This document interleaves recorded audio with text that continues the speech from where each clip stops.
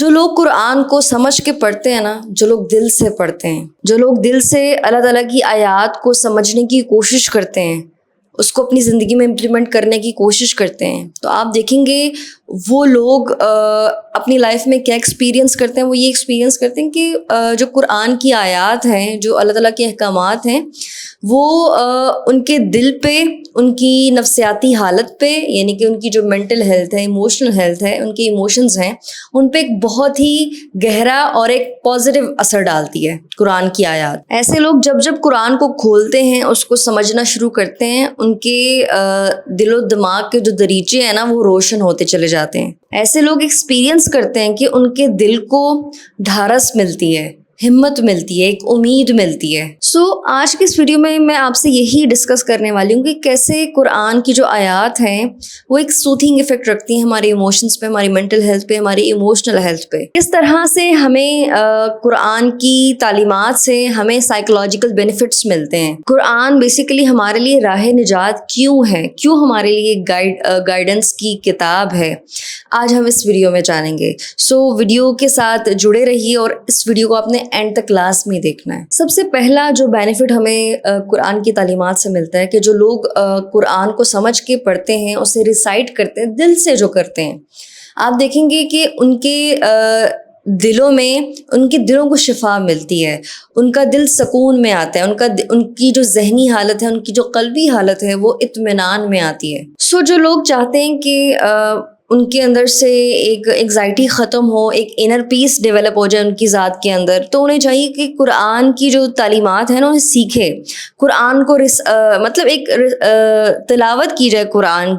قرآن کو سمجھ کے پڑھا جائے. یہاں پہ میں آپ کے سامنے کچھ ایسی آیات رکھنے والی ہوں جس سے یہ ہمیں پتہ چلے گا کہ قرآن ہمارے لیے صرف رحمت کا ذریعہ ہے، صرف شفا کا ذریعہ، گائیڈنس ہے ہمارے لیے. اللہ تعالیٰ سورہ الاسراء آیت نمبر 82 میں یہ فرماتے ہیں، اور ہم قرآن میں وہ کچھ نازل کرتے ہیں جو ایمان والوں کے لیے شفا اور رحمت ہے، اور ظالموں کے لیے صرف نقصان میں بڑھاتا ہے. اس کے علاوہ اللہ تعالیٰ سورہ رعد آیت نمبر 28 میں یہ فرماتے ہیں، جو لوگ ایمان لائے اور جن کے دل اللہ کے ذکر سے اطمینان پاتے ہیں، سن لو، اللہ کے ذکر سے ہی دل اطمینان پاتے ہیں. یہاں پہ یہ بات اللہ تعالیٰ نے صاف صاف ہمیں بتا دی ہے، جو کہ برحق ہے، اللہ تعالیٰ کی ایک ایک لفظ برحق ہے، کہ جو اللہ تعالیٰ کا ذکر سے جو لوگ جڑ جاتے ہیں نا، چاہے وہ قرآن کی صورت میں ہے، اس علم کی صورت میں ہے، چاہے وہ ذکر کی صورت میں ہے،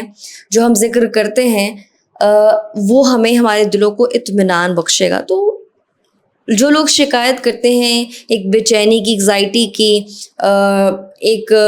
جو کہ اسٹریس میں جو لوگ آ جاتے ہیں اور ایک انر پیس انہیں نہیں ملتا ہے، بے چینی رہتی ہے، تو ان کے لیے انہیں چاہیے کہ وہ اللہ کے ذکر سے جڑیں. اسی طرح اگر مزید آیات دیکھیں تو اللہ تعالیٰ سورہ یونس آیت نمبر 57 میں یہ فرماتے ہیں، اے لوگو، تمہارے پاس تمہارے رب کی طرف سے نصیحت آ چکی ہے، اور وہ دلوں کے روگ کی شفا ہے، اور ایمان والوں کے لیے ہدایت اور رحمت ہے. تو یہاں بھی اللہ تعالیٰ نے بتا دیے کہ اگر آپ کو انر پیس نہیں مل رہا، اگر آپ کے دل کی حالت اچھی نہیں ہے، بیمار ہے آپ کا دل، آپ کی ذہنی صحت بیمار ہے، تو اس کے لیے بہترین، آپ کے لیے جو سب سے بہترین چیز کام کرے گی وہ ہے قرآن کی تعلیمات. ٹھیک ہے، جو کہ صرف آپ کے لیے ہدایت کا کام کرے گی، نہیں، آپ کو گائیڈ کرے گی پل پل کہ آپ نے اپنی لائف میں آگے اچھے انداز سے ایکسل کیسے کرنا ہے، اچھے انداز سے آپ نے اپنی لائف سٹائل کو بہتر کیسے کرنا ہے، زندگی کیسے گزارنی ہے، اور آپ کے لیے اس زندگی میں رحمت ہی رحمت ہوگی خدا کی طرف سے. اس کے علاوہ ہمیں قرآنک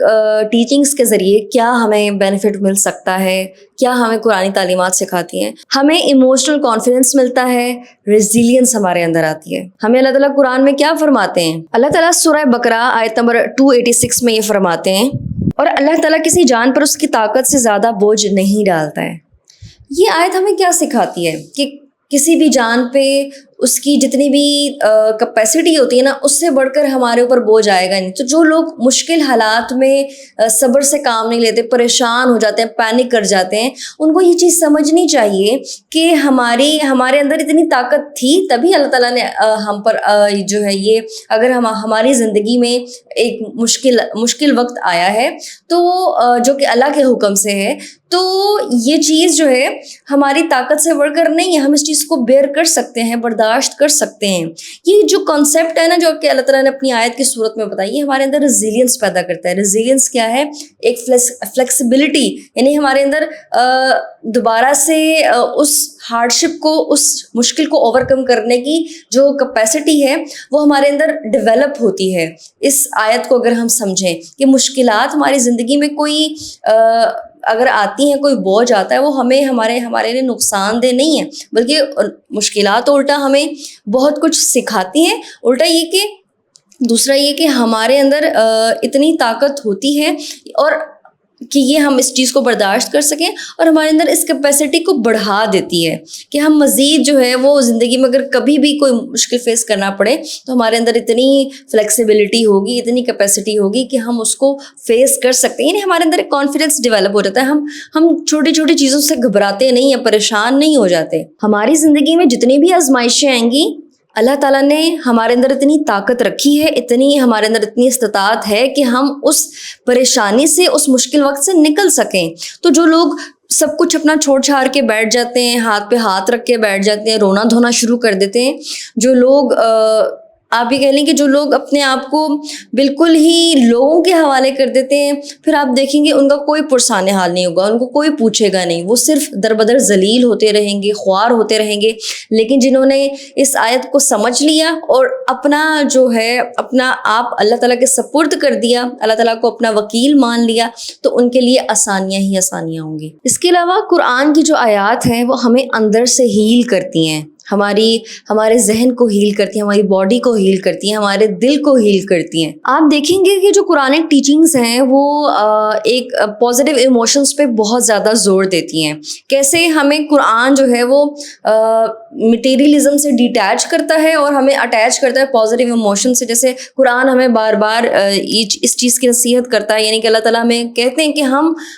صبر سے کام لیں, ہم شکر کریں, کیونکہ اللہ تعالیٰ قرآن میں کہتے ہیں جو شکر کرے گا اسے مزید نوازا جائے گا. آپ دیکھیں گے جن لوگوں کی اپروچ ہی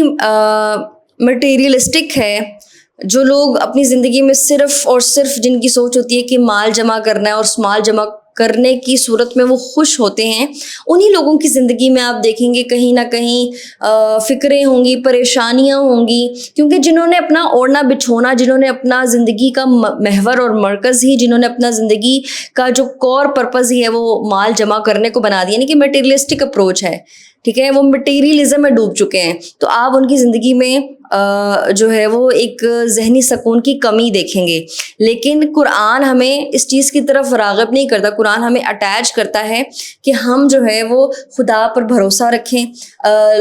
رحم دلی اپنائیں, محبت اپنائیں, اچھے تعلقات پہ زور دیتا ہے, ٹھیک ہے, یعنی کہ پازیٹیو ایموشنس پہ آپ بار بار دیکھیں گے قرآن ہمیں پازیٹیو ایموشنس کی اپنی زندگی میں امپلیمنٹ کرنے کی, یعنی کہ اس پہ ایمفسائز کرتا ہے. اس کے علاوہ قرآن کی تعلیمات آپ دیکھیں گے ہمیشہ ہمیں ایک امید دلائیں گی. ہم جتنے بھی پریشان ہوں, مصیبت میں گھرے ہوں, گناہ گار یعنی کہ گناہوں میں ملوث ہوں, جب بھی قرآن کھولیں گے ہمیں ایک امید کی کرن لازمی ملے گی. اللہ تعالیٰ سورہ زمر آیت نمبر 53 میں یہ فرماتے ہیں, اے میرے بندو جنہوں نے اپنی جانوں پر زیادتی کی ہے, اللہ کی رحمت سے نا امید نہ ہو, بے شک اللہ تعالیٰ سب گناہ معاف فرما دیتے ہیں. تو یہ ہمیں اس آیت سے کتنی ڈھارس ملتی ہے, کتنی ہمت ملتی ہے کہ ہم جتنے زندگی میں غلطیاں کر کے آئے ہیں, خدا کے پاس آپ جب بھی آئیں گے نا, اپنی حاضری لگائیں گے, جتنے بھی گناہوں کو لے کر آئیں گے, آپ نے بس اللہ سے معافی طلب کرنی ہے سچے دل سے, اللہ تعالیٰ نے معاف کر دینا ہے اللہ کی رحمت سے, کیونکہ اللہ تعالیٰ کی رحمت بہت وسیع ہے, بہت بڑی, ہماری جہاں ہماری سوچ پہنچ بھی نہیں سکتی, اللہ تعالیٰ کی رحمت اس سے کئی زیادہ وسیع ہے, اور اس رحمت کے ذریعے اللہ تعالیٰ ہم پر اپنا رحم کریں گے اور ہمیں معاف کر دیں گے اگر ہم سچے دل سے معافی طلب کریں گے. اللہ تعالیٰ سورہ اشراء آیت نمبر 5-6 میں فرماتے ہیں, بے شک ہر تنگی کے ساتھ آسانی ہے, یقیناً ہر تنگی کے ساتھ آسانی ہے. اللہ تعالیٰ نے 2 دفعہ اس 2 آیات میں یہ بات کہی ہے, جب بھی مشکل آئے گی اس کے ساتھ آسانی آئے گی. جب بھی 2 بار اللہ تعالیٰ نے, یعنی کہ اس بات پہ اللہ تعالیٰ نے زور دینے کے لیے 2 دفعہ یہ آیت ایک ساتھ بتا دی ہے کہ زندگی میں کبھی بھی مشکلات آ رہی ہیں, آپ نے امید کا دامن نہیں چھوڑنا, اللہ تعالیٰ سے جڑ جانا ہے, اللہ تعالیٰ سے مدد طلب کرنی ہے, اللہ تعالیٰ پہ صرف خالصتاً اللہ تعالیٰ پہ بھروسہ کرنا ہے. آپ کی تنگیوں کے ساتھ آسانی ضرور آئے گی. اچھا میں بہت سے لوگوں کو دیکھتی ہوں کہ بہت سے لوگ جو ہے وہ مشکلات میں دوسرے سہاروں سے مدد لیتے ہیں. یعنی کہ دوسرے سہاروں سے مدد لینے سے مراد یہ ہے کہ لوگ جو ہیں وہ بابوں کے پاس جاتے ہیں, پیر فقیروں کے پاس جاتے ہیں. تو ایسے لوگوں کے پاس جانے سے اوائڈ کرنا چاہیے. دیکھیں اگر آپ کا ڈائریکٹ اللہ تعالیٰ سے کنیکشن ہوگا نا, آپ کا ڈائریکٹ اللہ سے آپ مدد طلب کریں گے, تو آپ کو جو سکون ملے گا, جو آپ کو ایک صبر آئے گا, آپ کے اندر ہمت آئے گی, طاقت آئے گی, جو ڈھارس ملے گی, وہ آپ اس کو ریپلیس کر ہی نہیں سکتے. کیونکہ جو لوگ بابوں فقیروں کے پاس جاتے ہیں, ہم دیکھیں گے ان کے اندر ایک عجلت سی آ جاتی ہے, وہ چاہتے ہیں فوراً یہ کام ہو جائے, چونکہ یہ ایک شرک ہے. چاہے وہ آپ کو کوئی وظائف, کچھ لوگ اکثر بابے حضرات جو ہیں وظائف کرتے ہیں, کچھ لوگ علم کرتے ہیں کسی خاص قسم کا, تو کوشش کریں ان چیزوں سے پرہیز کریں, دوری اختیار کریں, اپنا ڈائریکٹ کنیکشن اللہ سے کریں مضبوط. کیونکہ جو لوگ ڈائریکٹ اللہ تعالیٰ سے کنیکشن بناتے ہیں مضبوط طریقے سے, وہی جو ہیں وہ سفلتا پاتے ہیں, وہی جو ہے وہ زندگی میں ان کو آپ دیکھیں گے ان کی زندگی میں پازیٹیوٹی ہی ہوگی, ان کی زندگی میں آہستہ آہستہ پریشانیاں ختم ہوتی چلی جائیں گی. اسی طرح جو لوگ ذکر و اذکار کرتے ہیں, آپ دیکھیں گے ان کی ایموشنل ہیلتھ بہت زیادہ بہترین ہوتی ہے بنسبت ان لوگوں کے جو لوگ ذکر نہیں کرتے. کیونکہ اللہ تعالیٰ نے قرآن میں صاف کہہ دیا دلوں کا ذکر, دلوں کا جو اطمینان ہے وہ اللہ کے ذکر میں.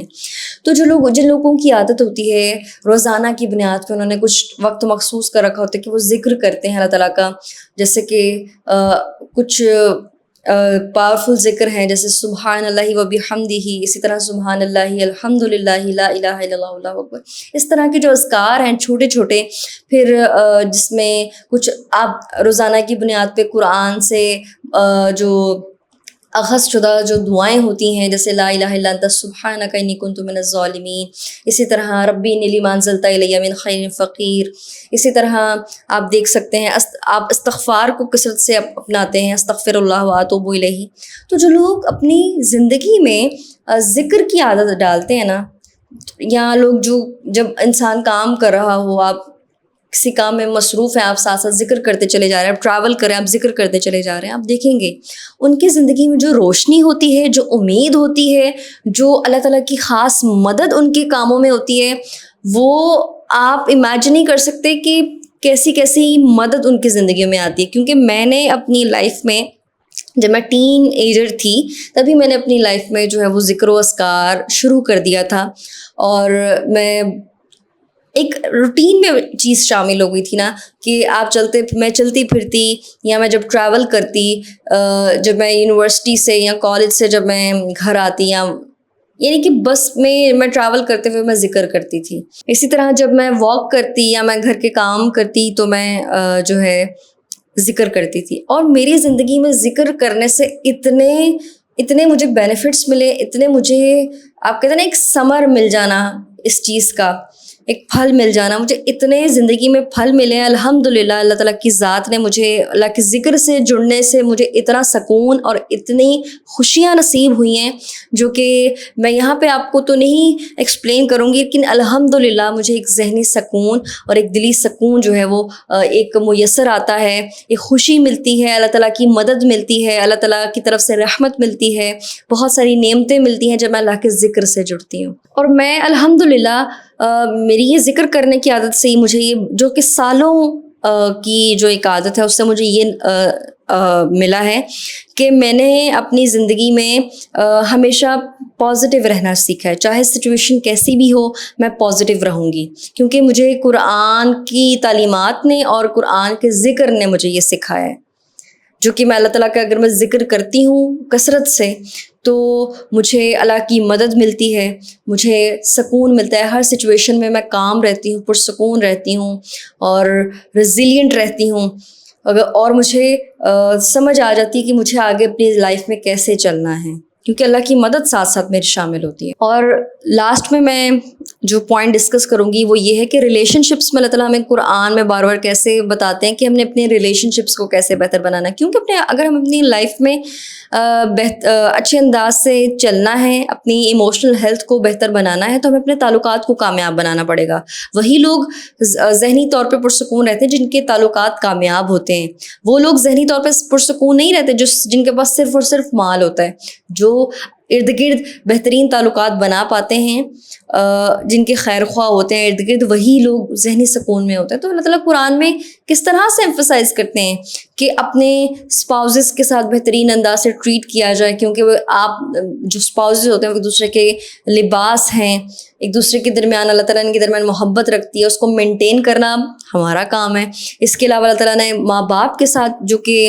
ایک گھر کا ایک پلر ہوتے ہیں ماں باپ, تو ان کے ساتھ اللہ تعالیٰ نے حسن سلوک کرنے کا کہا ہے. جب وہ بڑھاپے کو پہنچ جائیں, اگر آپ کو لگتا ہے کہ وہ اریٹیشن آپ کو ہوتی ہے تو آپ نے پھر بھی کام رہنا ہے, اف نہیں کہنا. تو اللہ تعالیٰ نا ہمیں قرآن میں اپنے رشتوں کو جوڑنے کا حکم دے رہا ہے. لوگوں کو برے ناموں سے نہیں پکارنا, غیبت نہیں کرنی, جھوٹ نہیں کرنا, ایک دوسرے کے خلاف بدگمانی نہیں رکھنی,